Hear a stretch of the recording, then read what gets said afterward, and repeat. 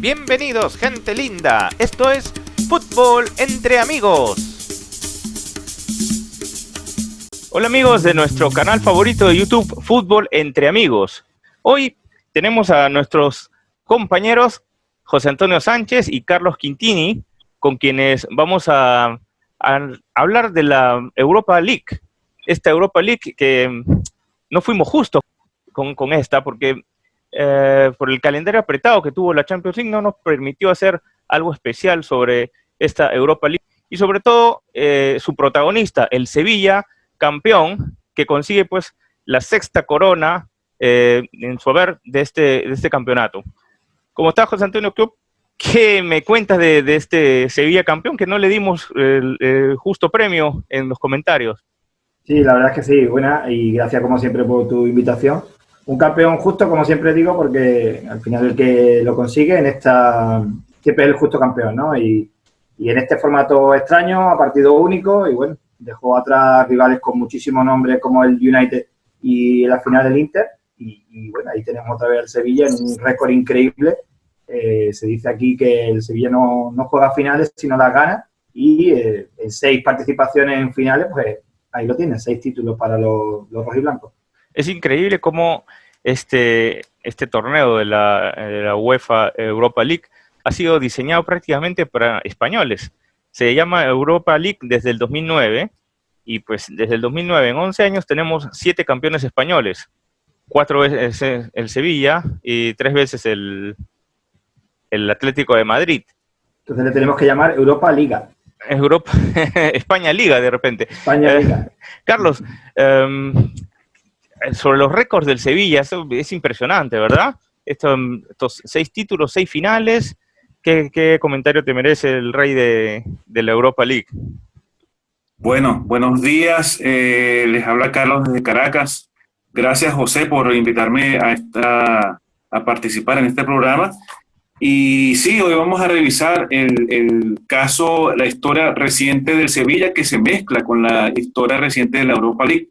Como tú dices, es un torneo que parece que ha sido diseñado para los equipos españoles y específicamente para el Sevilla, que ha demostrado tener una mística muy particular, una conexión muy particular y una inspiración cada vez que juega este torneo. Bueno, mencionar rápidamente cuáles son los récords que ha marcado este Sevilla con su sexta corona. Para empezar, la sexta corona ya es un récord y a esto se le agrega pues el tricampeonato consecutivo. Ningún otro equipo, ni siquiera en la UEFA, en la Copa UEFA, nombre antiguo de este torneo, había logrado. Y también se logra posicionar a Unai Emery, el entrenador, el mago de Sevilla, con otro récord, que sería el tricampeonato consecutivo también, que lo logra pues con este equipo del Sevilla, ¿no? Yo quería comentar empezar comentando un poco sobre Unai Emery, el artífice de este tricampeonato que vamos a analizar 2013-14, 14-15 y 15-16. José Antonio, ¿cómo estaba visto Unai Emery a raíz de su llegada al Sevilla? Bueno, era un entrenador que, bueno, aparte que empezó joven, ¿no? En el Valencia, que es su primera experiencia fuerte en primera, lo hace bastante bien. Bueno, es subcampeón de Liga en 2008, gana la Supercopa ese año también, Supercopa de España, y bueno, con un equipo que poco a poco también se lo van desmontando porque le van quitando sus figuras, Mata, Villa, Alba, pues van perdiendo sus figuras y lo hace bastante bien. Y luego llega en 2013 a Sevilla, sustituyendo a Mitchell, un Sevilla que bueno, había tenido unos años un poquito más bajos en cuanto a rendimiento, y a partir de ahí pues el equipo remonta y se mete, pues eso, haciendo historias, puesto que ni nadie tiene 6, ni nadie tiene más de 3, no solo Europa League, sino Copas de UEFA. Y bueno, pues sin duda, todos los méritos tienen que estar en Unai Emery en el banquillo y en la dirección deportiva con Monchi. Ambos, yendo los dos por el mismo sendero, pues consiguieron construir un Sevilla campeón. Es interesante que Unai Emery llega pues después de tener, digamos, una no tan buena campaña con el Spartak de Moscú. prácticamente despedido en el año anterior, y a mitad de temporada, en el 2013, toma el Sevilla. Justo a la mitad de la temporada. Exacto, en enero del 2013 toma el Sevilla y empieza, digamos, a construir su proyecto, porque es él que potencia a los jugadores que habían llegado para la temporada. Digamos, en el 2013-2014 llegan figuras claves como Vaca, como Vitolo, Gameiro, que él se encarga de potenciar. ¿Tú sabes algo un poco más detallado de Emery, Carlos? Bueno, Unai Emery fue un futbolista, vamos a decir, discreto, que jugó básicamente en equipos de segunda división, y su carrera como técnico comenzó de una forma bastante, digamos, espontánea, no fue planeado. Él todavía estaba jugando, pero se lesionó jugando en el Lorca Deportivo, ya por el año 2003 más o menos.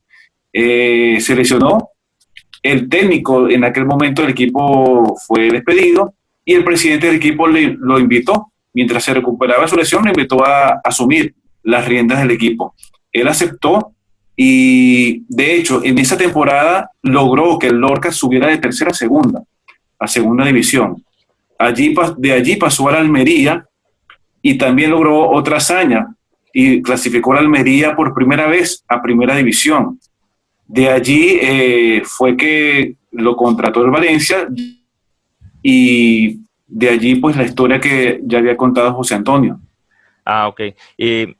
Bueno, llega después, como mencioné, después de una campaña no muy buena con el Spartak, pero sorprende y maravilla al mundo con su tricampeonato con el elenco palangana. Pero al final de este campeonato terminas dejando el equipo para el pesar de los sevillanos, para unirse al Paris Saint-Germain, ¿cierto, Antonio? Hay que puntualizar que sevillanos son todos, pero unos son del Betis y otros son del Sevilla. Ok, correcto. Son sevillistas. Digo porque si no escucha alguno, no se nos va a enfadar. Ok. Creo que para la otra mitad pues, fue un gusto que se fuera Unai Emery, porque bueno, oye, también podían descansar un poco de tantos triunfos del Sevilla, ¿no? En este caso. Bueno, vino el Paris Saint-Germain, el jeque, el proyecto con el Kelaifi, y bueno, vieron toda esa trayectoria que muy bien ha mencionado Carlos, un entrenador que claramente iba para arriba, y confiaron en él para el nuevo proyecto.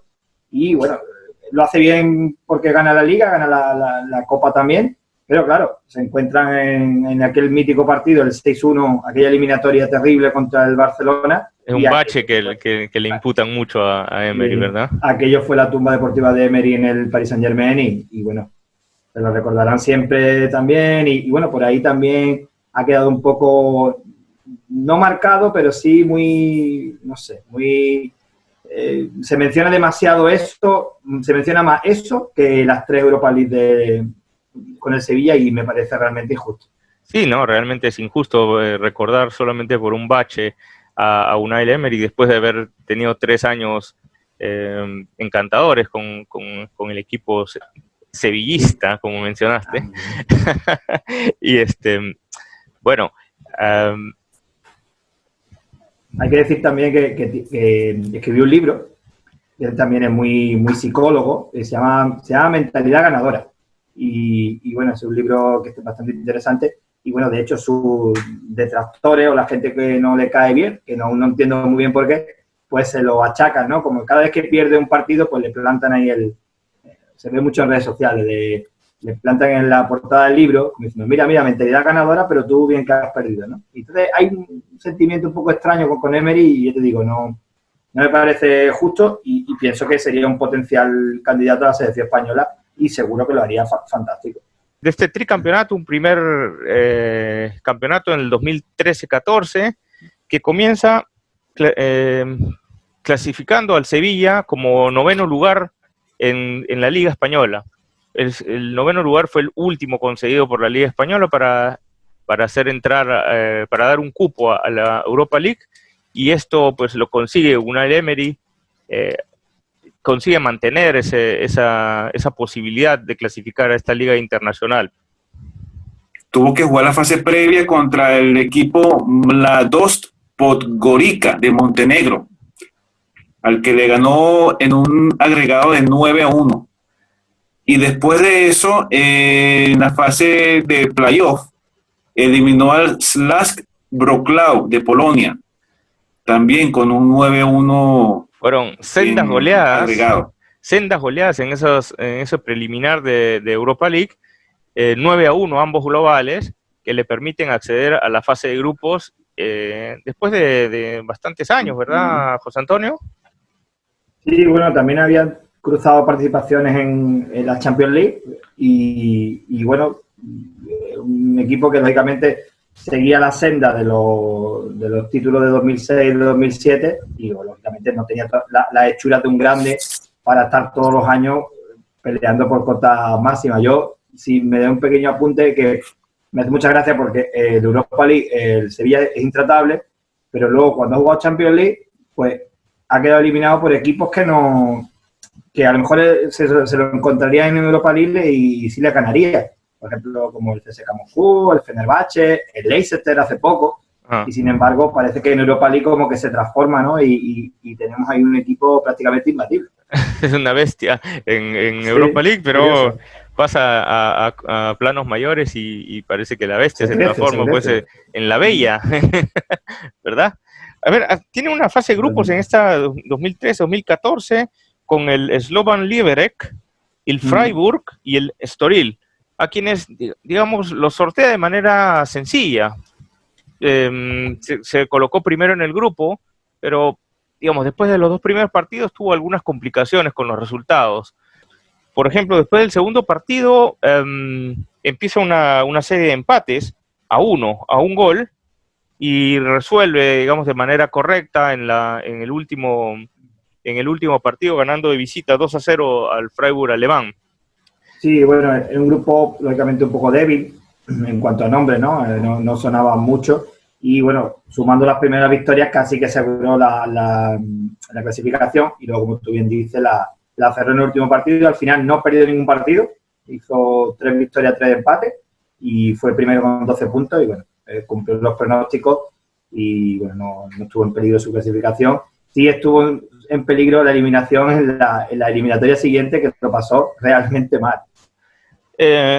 Bueno, de ahí viene ya la fase del mata-mata, que inicia con el Maribor. El Maribor, vaya eliminatoria. Porque se veía como un equipo muy, muy frágil, ¿no? El equipo de Eslovenia y bueno, empataron a 2 en Eslovenia y bueno, casi se les viene el susto en la vuelta, al final 2-1, sufriendo de lo lindo, un rival que no parecía realmente que le iba a poner tantas complicaciones. Yo creo que se relajaron realmente. Pensaron que era más sencillo de lo normal, sí. Y de ahí les toca pues ese partido tremendo contra el clásico rival, el Betis. Sí, una eliminatoria que lo tiene absolutamente todo, contra el clásico sevillano, el Betis-Sevilla, con toda la emoción y en Europa. Y de una resolución increíble, ¿no? Porque el Betis ganó en campo del Sevilla 0-2, parecía hecho la eliminatoria, y luego el Sevilla consigue darle la vuelta, 0-2 en Villamarín, el partido de la Tóloga y a los penaltis, y de nuevo en una emocionantísima tanda de penaltis, como suele ser habitual en estos casos, pero finalmente el Sevilla avanzó de ronda 4-3 en este tipo de eliminatorias que están al borde de la eliminación, y al final Hay un detalle muy curioso que me llamó la atención, que en el partido, en el Sánchez Pizjuán, el que hace el segundo gol del Betis se llama Salva Sevilla, que bueno, en verdad no lo salva, sino que lo dejaba casi fuera, ¿no? Con un 2-0. Bueno, y de ahí se enfrentó al Porto. Carlos, estuvo con un rival que había jugado la Champions League, que había pasado, digamos, había descendido de Champions para jugar la Europa League, ¿no? Sí, el Porto ya es un equipo que tiene más pedigrí, digamos, en el ambiente europeo, más peligroso, digamos, que también sabe jugar estas eliminatorias. Sí, era un Porto que en esa época contaba con figuras que hoy los vemos en la Juventus, Danilo, Alexandro, estaba ídolo de los portugueses Quaresma, que sin embargo pues logran vencer por la mínima diferencia en Portugal, y en Sevilla la pasan mal, ¿verdad, José Antonio? Sí, 4-1, ni más ni menos. Sí, fue una de esas grandes noches europeas del Sevilla que ya empezaban a hacerse habituales, y en este caso pues, con un ciclón y con 4-1, como bien dice Carlos, un rival con mucho nombre, que ya había ganado también la Europa League, que lo había hecho en 2011, y el Sevilla porque se plantaba en semifinales ante un rival también conocido, otro español, que sería el Valencia. Ese Valencia partido ex de Unai Emery.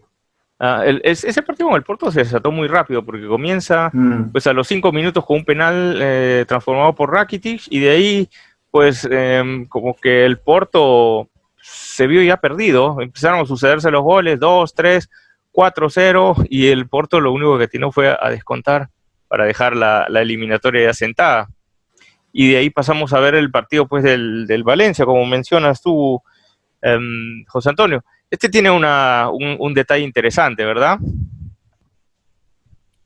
El enfrentamiento con Emery, Emery ante su ex equipo. Ese es uno de los detalles, pero también por la dificultad que representó consiguiendo la clasificación simplemente en últimas instancias. Sí, es el momento clave de la eliminatoria y de la participación del Sevilla, es cómo se resuelve la eliminatoria, casi como una película de suspense. El Sevilla había ganado en la ida, creo que 2-0. El sí. Valencia le da la vuelta a la eliminatoria, se pone 3-0, hace un partidazo el Valencia, de verdad, hace un gran partido, borra del mapa al Sevilla, y en la última jugada del partido, el clásico centro al área de un saque lateral de banda, tocado y tal, y llega a enviar el camerunés, y conecta el gol, el 3-1, y manda al Sevilla a la final de Turín. Y bueno, esto que se dice de los ex que no celebran, tenéis que ver a Unai Emery corriendo por la banda como un loco, celebrando el pase a la gran final.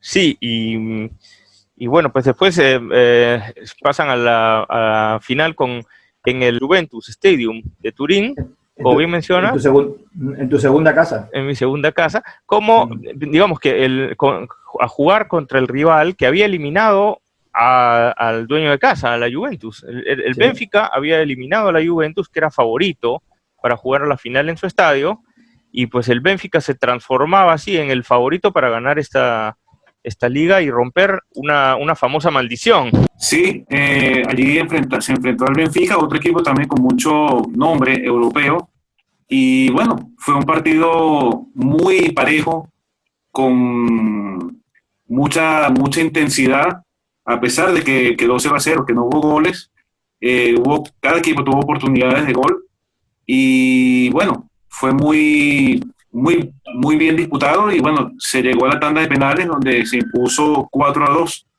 el equipo sevillista. Ahí mencionaba lo de la maldición, casualmente por el año anterior, el Benfica había jugado también la final de este mismo torneo ante el Chelsea, sí, y lo había perdido.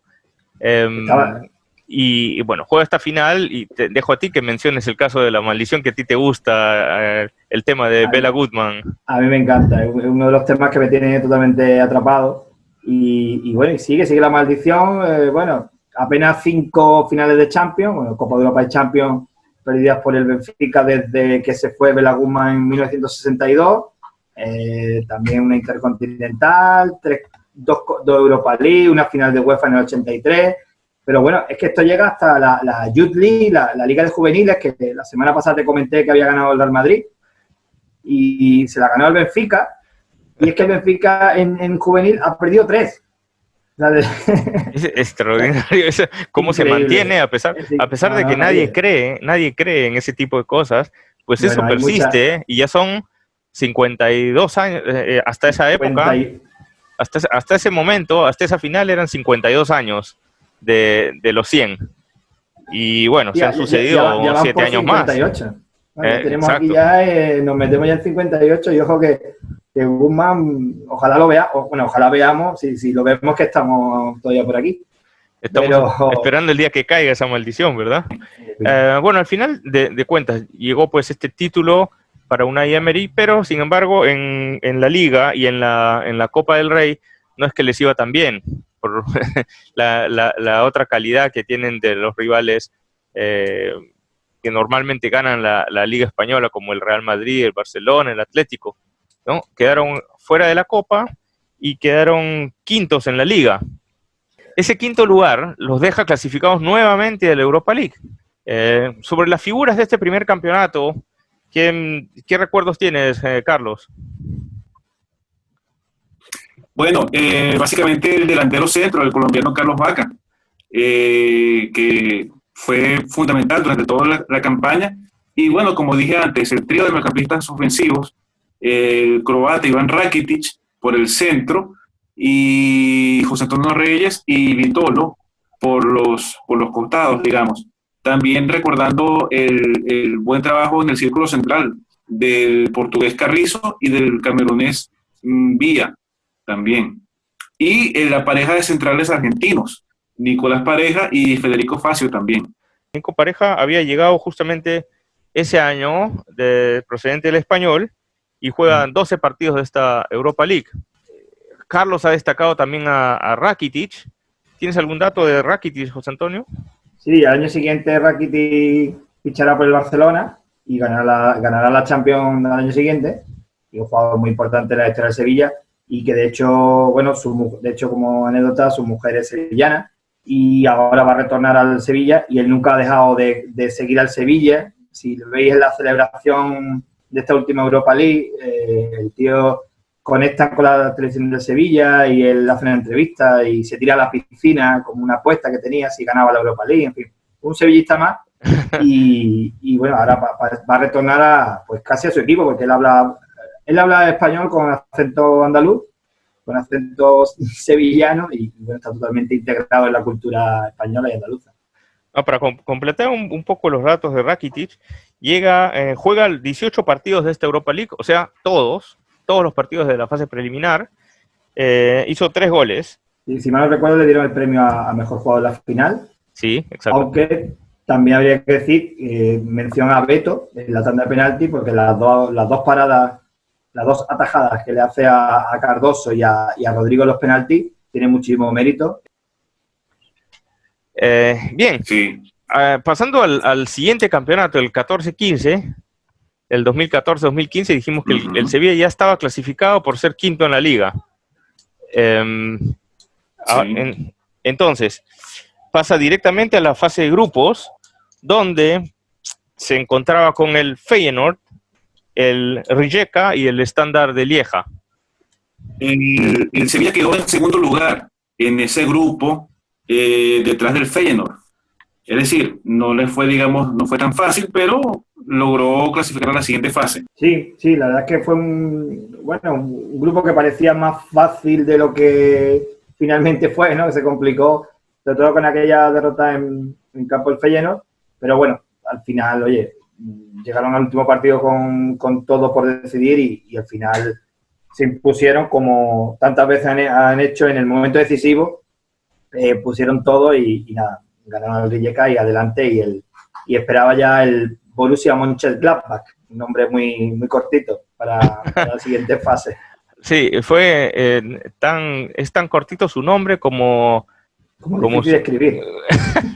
No, como el tiempo que le duró al Sevilla para batirlo, porque en verdad le fue sencillo esta eliminatoria. Ganó 1-0, sí. 1-0 en Alemania y 3-2 en Mönchengladbach, ¿verdad? Sí. De hecho, yo creo que este año este título quizás es el menos sufrido de los tres en cuanto a las eliminatorias. Las vamos a ir viendo, podemos verlas una por una y el equipo yo creo que poco a poco se fue creyendo más y más y llegó a la final imparable. De ahí le toca jugar con un español, con el Villarreal. Pero en la ida rápidamente se resolvieron todas las dudas y 1-3 en campo del Villarreal y la eliminatoria pues prácticamente ahí estaba decidida y como digo, el equipo ahí va más con un grandísimo rendimiento sobre todo de Vaca, que estaba en vena goleadora y bueno, 1-3 en el Madrigal, 2-1 en el Pizjuán y nada, teníamos al Sevilla ya en cuarto de final, que yo creo que fue la eliminatoria más complicada, la del Zenit. Es que es justamente la que sigue. Carlos, ¿recuerdas el partido con el Zenit? El primer partido, el partido de ida, lo jugaron como locales el Sevilla y venció 2-1. Fue un partido difícil y ajustado. Que vence en remonta. Y el Sevilla vence en de remonta. hecho, exactamente. Había comenzado anotando el Zenit y después Vaca es el que endereza un poco las cosas y Denis Suárez también termina pues por darle ese partido de locales, que era importante ganarlo. Y de ahí viene también viene el partido en San Petersburgo. Empate a 2. Sí, que se empató 2-2.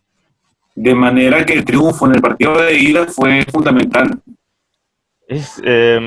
Aquí en el Zenit, el Zenit era otro equipo que venía de la Champions, en el cual enfrentó al Sevilla.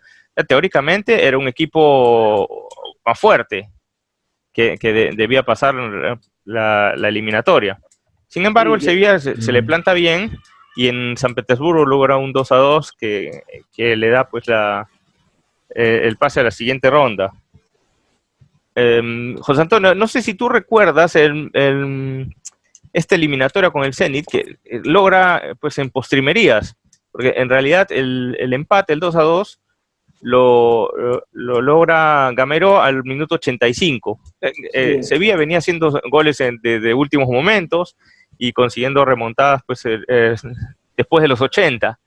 Fiel a su tradición en esta competición, sí, siempre sobre la hora o muy cerca del final, como todavía vamos a ver algunos ejemplos más. Y era un Zenit muy fuerte, había metido mucha inversión, como bien dice, ya había estado en Europa League, había hecho fichajes gastándose muchísimo dinero, no sé si estaba ya Hulk y Witsel. Sí, estaba Hulk, estaba Witsel, estaba Salomón Rondón, el venezolano. Sí, que jugó también aquí en el Málaga, aquí en España. Y están metiendo mucho dinero y era un rival realmente poderoso y como digo, quizás no fue la eliminatoria más complicada porque luego vamos a ver en semifinales que aquello fue un paseo. Después, pues después de pasar a sortear al Zenit, se enfrentan a los italianos de la Fiorentina. No mayor escollo para los españoles, que sortearon fácilmente un 3-0 en casa y 2-0 en Florencia, encontrándose así en la final con el neofinalista Dnipro, el ucraniano. Sí, sorprendente equipo del Dnipro y con mayoría de lo internacional ucraniano, con Kalinic, ¿no? El croata de delantero centro y un equipo peligroso pero muy sorprendente y muy desconocido. Aquí también, Carlos, no sé si recuerdas, digamos, es una especie no es una remonta, pero comienza desde abajo el Sevilla en la final, porque es el Dnipro que abre el marcador casualmente con Kalinic. Exactamente, al minuto 7 del primer tiempo. El Sevilla logra empatar el partido con el gol del polaco Krychowiak. Y le da la vuelta con un gol del colombiano Vaca. Pero justo antes de terminar el primer tiempo, el Dnipro vuelve a empatar 2-2 con un gol de Rotán. El tiro libre, golazo. Golazo de tiro libre de Rotán. Sí, y el partido solo se define en el segundo tiempo con el segundo gol de Vaca. ¿En qué minuto fue el gol de Vaca? Como los 70 y algo, ¿verdad? 73. 73. Sí, ya bastante, muy cerca del final. Muy cerca de los 80, como veníamos comentando. Sí. Y así pues, el Sevilla se hace con el segundo título. Nadie se esperaba pues ver a un Sevilla, un equipo de segunda faja en España, lograr esta hazaña y hacer nombre en Europa a partir de esta Europa League, ¿no? Aquí yo quiero resaltar la figura de Vaca. Tú señalaste, Carlos, algo de Vaca. La figura de Vaca en este torneo fue muy importante. Él salió como segundo goleador haciendo 7 goles en la temporada. El goleador tuvo 8. Bueno, exactamente. Bueno, él jugó 15 partidos. En la temporada había anotado 28 goles y fue el goleador del equipo del Sevilla. E incluso la temporada anterior, Vaca también había anotado 7 goles. En el primer campeonato que consiguió el Sevilla había anotado 7 goles y también es segundo goleador del torneo.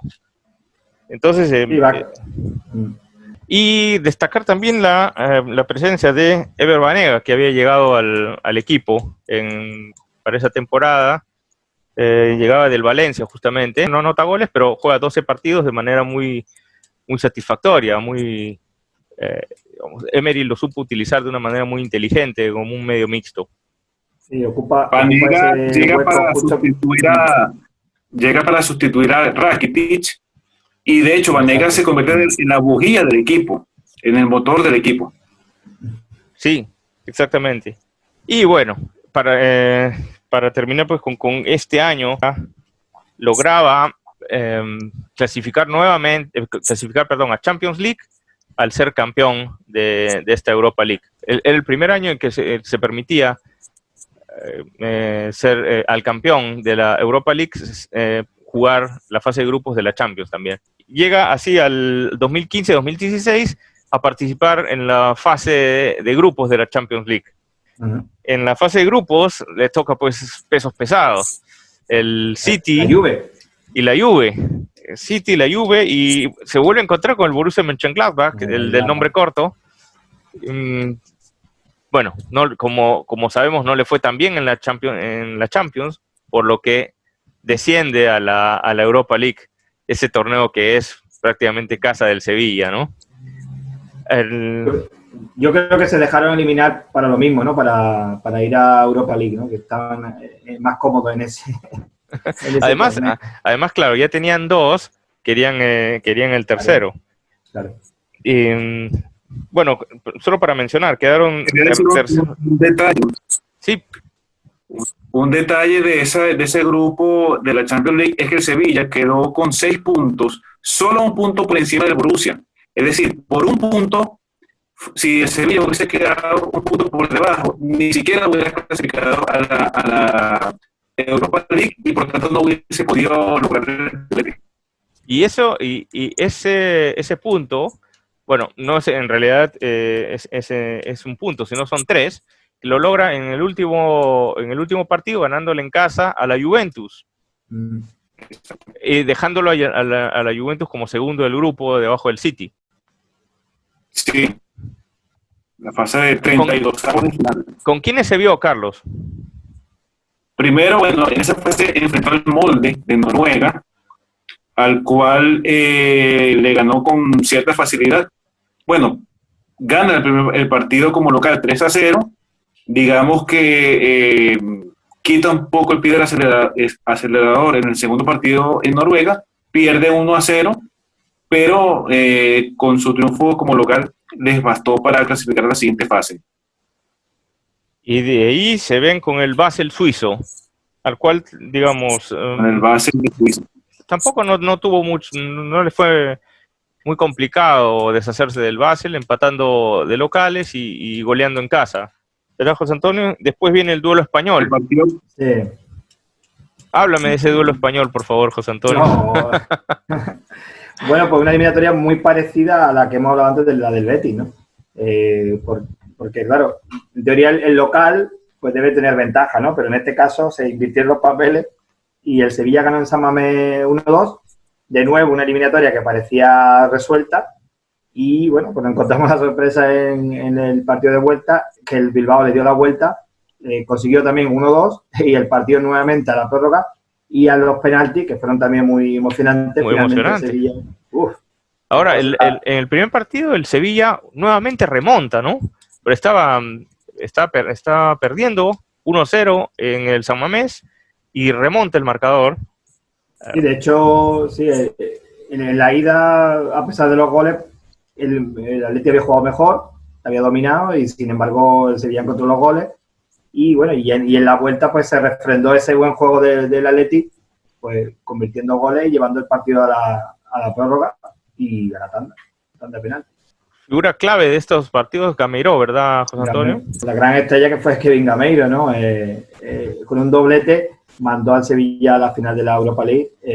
Contra siempre un equipo muy correoso, muy complicado, que son el Shakhtar, que siempre también está lleno de brasileños. Ahí fue la gran noche de Gameiro, como digo, con 2 goles, 3-1. Y nada, otra vez volvíamos a tener al Sevilla por tercer año consecutivo en la final contra el que luego sería campeón de Europa, que es el Liverpool. Quisiera agregar algo con Gameiro. Gameiro jugó 9 partidos, que fueron todos los partidos de la Europa League. Anotó 8 goles, hizo muy buenas cosas, muy buena campaña y goleador del equipo. Bueno, de esa forma el Sevilla se consigue en la final, jugada en Basel, Suiza, contra uno de los mayores animadores de Europa, que es el Liverpool.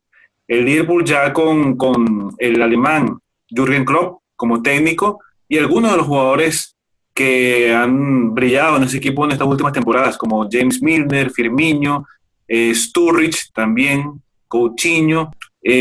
Para no perder la costumbre, el Sevilla comienza perdiendo la final con un gol de Sturridge en el minuto 35. Y bueno, justamente antes de terminar el primer tiempo, Gameiro justamente empata el partido. Bueno, realmente el gol fue a principios del segugo tiempo. Sí, en el minuto 46. Se empezaba a convertir, digamos, en ese amuleto de las remontadas. Había sido prácticamente partícipe en los goles que lograban pues remontar los marcadores que justamente necesitaba el equipo.